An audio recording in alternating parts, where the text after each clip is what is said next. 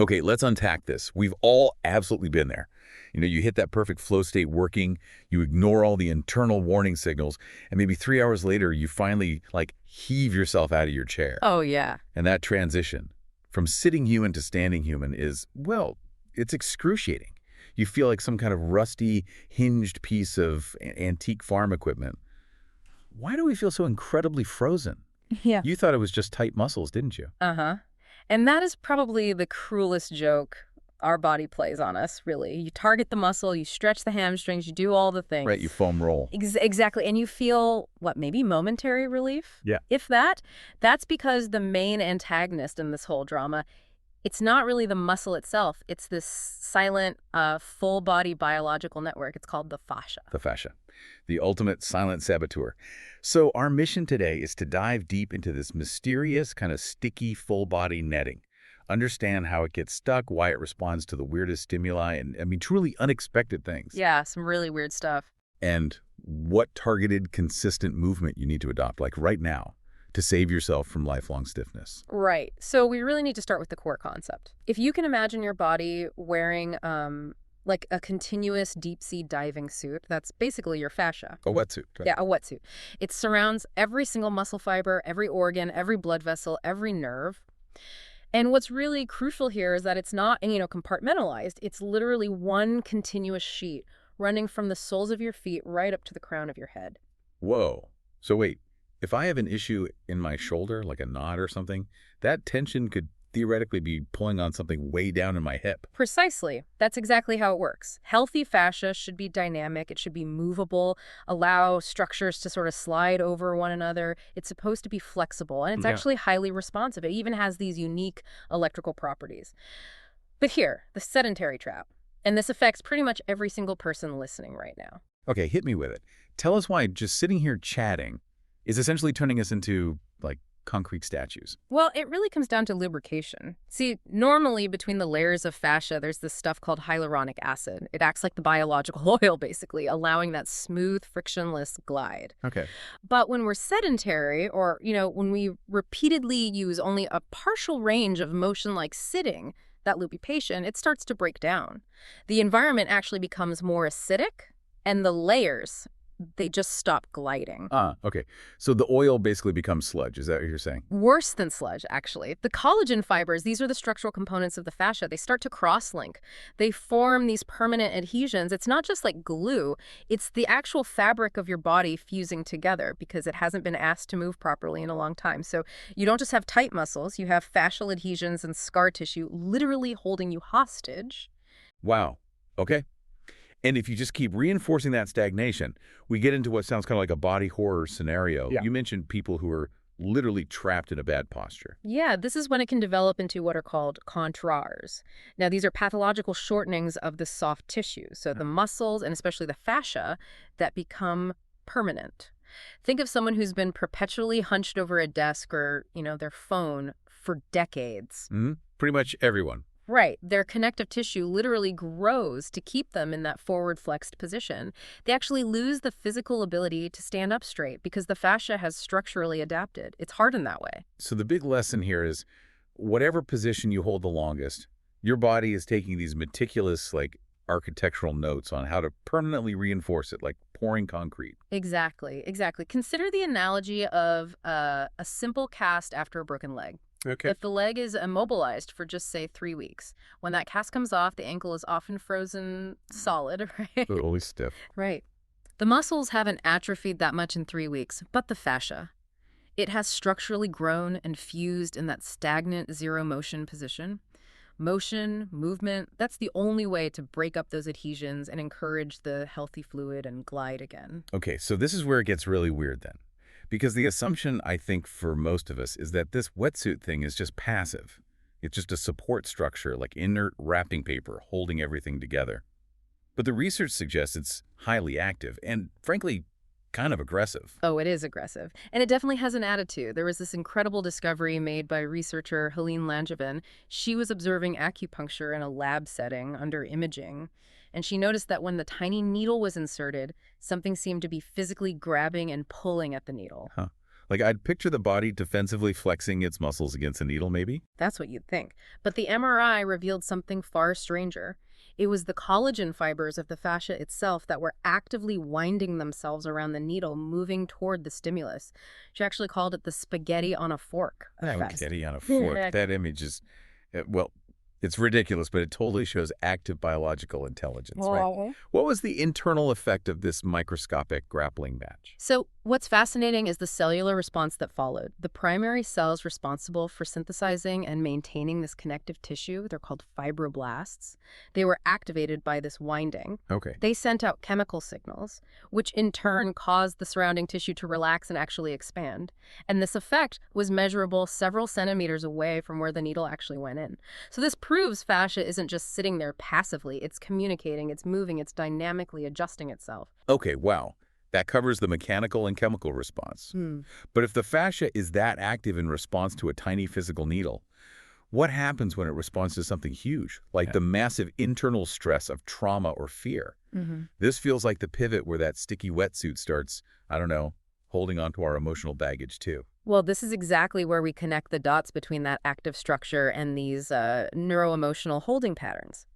When we experience severe stress or injury or even major emotional loss, the muscles in the fascia, they tighten up, they go into protect mode, Makes sense. and they lay down scar tissue to guard that vulnerable area physically. Right, but I remember reading about how this connects to really specific, almost absurdly detailed triggers. Is that right? Yeah, we're talking about a specific model here, one explored in some source material derived from Dianetics, which is basically looking at what the mind is doing to the body during moments of, say, unconsciousness or high stress.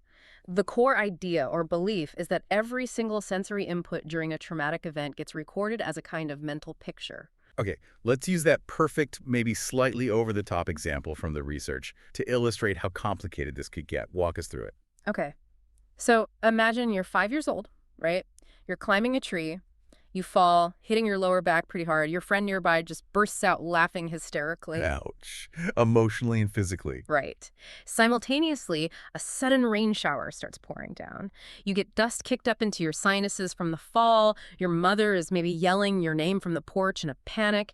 And you feel intense fear and maybe momentary unconsciousness from the impact. Okay, so you've got physical pain, fear, the sound of laughter, the smell of dust, the sound of rain hitting the ground, and an auditory cue, your mother's voice, all bundled into like 1 second of trauma. Exactly. Decades later, you might not consciously remember the fall at all, but according to this model, all those elements can become triggers. So fast forward 20 years, maybe it starts raining one afternoon, and you suddenly have this unexplained achiness flare up in your lower back. Or maybe someone laughs loudly at a party and you have this intense, totally disproportionate emotional reaction that feels completely unearned in the moment. So the fascia, it's reacting to the memory of the injury or the picture, not the actual current physical reality. It's like it's stuck in permanent protect mode, guarding that old mental picture with scar tissue. That's the concept, exactly. The problem isn't the rain itself, it's the scar tissue and the fascial memory, if you will, that was laid down during that moment of compounded trauma. And this could potentially explain why some of us have these weird body problems or seemingly random phobias that just seem to come out of nowhere. We have to address the physical holding pattern that was created by that mental picture. Right. Okay. So if we accept that our bodies are basically trying to permanently lock us into these cement statues based on decades of sitting and potentially these old memories wrapped in scar tissue, we need an intervention. Like, seriously, we need a way to aggressively counter this fusion. What is the ultimate answer? Well, the answer really is consistent, targeted, and deep movement. But, and this is a big but, we have to abandon simple two-dimensional stretching. Oh, no. My casual attempt to touch my toes after sitting all day is basically a waste of time, isn't it? Look, it's a nice gesture. It's better than nothing. Yeah. But it doesn't really target the whole system effectively. The key is 3D movement. Since fascia is this continuous web, right? We need to create tension across multiple planes simultaneously so, twisting, bending sideways, and really elongating that tissue as much as possible, forcing those layers to glide again. Geometrically, it's just far superior to a simple forward bend. That makes so much sense. We need to move the way the body was actually designed to move, in all directions. Okay, so let's go through the 4 essential types of movement we need to be doing to prevent that frozen state. Okay. Number 1 is reversing gravity. Think about it. Modern life pulls our shoulders forward constantly. Desk work, phones, So, this slump. So we need to stretch the front, the upper chest, and the shoulder area really aggressively. You can do this easily by holding like a band or a strap behind your back, reaching your arms up and back, pulling the shoulder blades together, really opening and stretching their entire anterior or front fascia line. You're actively fighting the gravitational pull that wants to make you rounded. countering the pull of Earth one stretch at a time. Love it. Okay, what's next? What about the sides? Right. We need unconventional stretching, specifically lateral bending. Most people only stretch forward or backward if they stretch at all. True. You need to focus on side-to-side elongation. By just gently bending sideways, keeping length, you're stretching the side of your torso, the underside of the armpit, the side of the lower back, all simultaneously. This loosens up planes of fascia that are almost completely ignored in standard movement patterns. Okay, makes sense. Now, for the chronic sitters, which, let's be honest, is probably everyone listening, there's that one deep-seated core muscle that is likely the source of, like, half their low back pain. Ah, yes. We absolutely must talk about the psoas muscle. This is a massive, really deep hip flexor muscle that literally connects your upper body, specifically your lumbar spine, your lower back down to your lower legs, your femur. Yeah. It acts as the anchor for standing and hip flexion. Right. When you sit or drive all day, it is constantly shortened. It becomes incredibly tight, and it starts pulling your lower back into dysfunction. This is often the muscle that creates that silent groan when you finally stand up after a long time. Okay, so how do we tackle this deep beast? It sounds hard to reach. You need targeted single leg stretches. Things like deep lunges are great, but really focusing on extending that rear leg as far back as possible to pull the psoas long. And you really have to address them one side at a time because they work somewhat independently. Got it. Single leg focus. And finally, is there a move that kind of resets the entire core tension, that deep central line of the body? Yeah, for that, we recommend the kneeling backward bend. This one is really powerful because it stretches both psoas muscles at the same time, and it takes tension through the entire abdominal core fascia. So you kneel, stabilize your lower body, maybe tuck your tailbone slightly, and then gently lean back, creating a controlled arch in your spine. Think of it like taking all that tight, potentially glue-ridden central connective tissue and gently but thoroughly wringing it out like a wet towel. It just helps relieve that deep core tension. Wringing out the core. I like that visual. This has been incredibly insightful, really. So to summarize for everyone listening, that stiffness you feel is probably not just muscle fatigue. It's your fascia, that continuous biological wetsuit kind of fusing together because the lubricants failed from lack of varied movement. Right, and that fascia is highly active. It's alive, remember the spaghetti on a fork, and it seems it can actively hold on to physical and mental stressors, potentially creating this permanent scar tissue memory. Which brings us back to that bizarre connection you mentioned.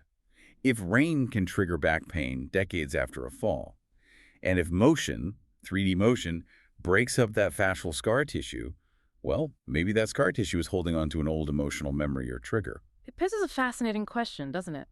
Could the simple act of doing a proper 3D stretch be one of the quickest, most direct paths to resolving an old anxiety or a physical complaint that you didn't even consciously know you still had? How often is your current physical pain just a memory with scar tissue? Wow. That is a fascinating and honestly a highly proactive thought. So the message is clear. Stop trying to just touch your toes. Start trying to actively move, twist, and elongate that tissue daily. Or your biological wetsuit is going to literally grow into a permanently bad position and, well, we don't want you stuck in the fetal position next time someone tells a bad joke. Seriously. And get moved.